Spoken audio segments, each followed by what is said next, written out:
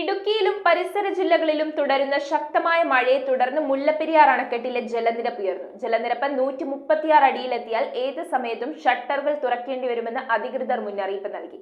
സമീപ പ്രദേശങ്ങളിലെ 883 കുടുംബങ്ങളിൽ നിന്ന് 3220 പേരെ സുരക്ഷിത സ്ഥാനങ്ങളിലേക്ക് മാറ്റാൻ ജില്ലാ കളക്ടർ നിർദ്ദേശം നൽകിയിട്ടുണ്ട്.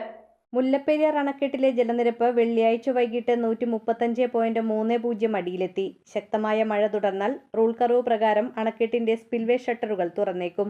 നിലവിലെ സാഹചര്യത്തിൽ ജൂൺ 30 വരെ 136 അടി വെള്ളമാണ് തമിഴ്നാടിന് സംഭരിക്കാൻ കഴിയുക.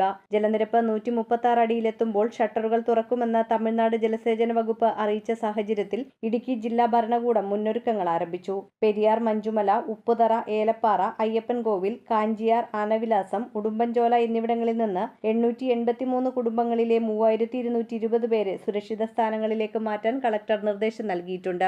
ഇവർക്കായി 20ലധികം ക്യാമ്പുകളും ഒരുക്കിയിട്ടുണ്ട്. ഷട്ടറുകൾ തുറക്കേണ്ട സാഹചര്യമുണ്ടായാൽ പകൽ സമയത്ത് മാത്രമേ തുറക്കാവൂ എന്ന് തമിഴ്നാടിനോട് ഇടുക്കി ജില്ലാ ഭരണകൂടം അഭ്യർത്ഥിച്ചിട്ടുണ്ട്. ഇടുക്കി അണക്കെട്ടിലെയും ജലനിരപ്പ് ഉയർന്ന് 2360 അടിയിലെത്തി. ജലനിരപ്പ് 5 അടി കൂടി ഉയർന്നാൽ മുന്നറിയിപ്പ് നൽകും. റൂൾ കർവ് നിയമം അനുസരിച്ച് ജലനിരപ്പ് 2365 അടിയിലെത്തിയാൽ ബ്ലൂ അലർട്ട് നൽകും. ബ്ലൂ അലർട്ട് പ്രഖ്യാപിച്ചാലും ജൂൺ 30 മുൻപ് 2373 അടി വെള്ളമായാൽ മാത്രമേ അണക്കെട്ട് തുറക്കേണ്ടി വരൂ. ജൂലൈ 1 മുതൽ റൂൾ കർവ് 2375.33 അടിയായി ഉയരും. ഡാമിന്റെ വൃഷ്ടി പ്രദേശത്ത് മഴ കുറവാണെങ്കിലും അണക്കെട്ടിലേക്കുള്ള നീരൊഴുക്ക് ഇപ്പോഴും ശക്തമായി തുടരുന്നു. News desk metro 7.